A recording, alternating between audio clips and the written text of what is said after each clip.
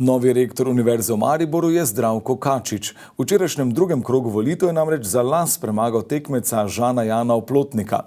Novega rektorja je bilo potrebno predčasno izvoliti, potem ko je bil dosedanji rektor Igor Tičar prisiljen predčasno zapustiti funkcijo zaradi odhoda v pokoj. Kačič je prejel 51,9 odstotka, Oplotnik pa 48,1 odstotka glasov. Žan Jan Oplotnik je užival močno podporo profesorjev, ki pa ni bila dovolj za zmago. V skladu z lanskimi spremembami statuta univerze po novem volijo rektorja vsi zaposleni na univerzi in študenti, medtem ko so prej imeli to pravico le pedagoški delavci in del študentov.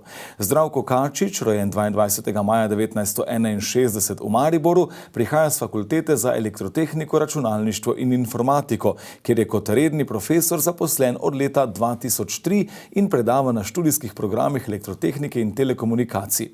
Predsednica visokošolskega sindikata na Univerzi v Mariboru Marija Javornik Krečič je v prvem odzivu na rezultat volitev poudarila, da so bile te volitve tudi izrekanje o dosedanjem vodenju univerze.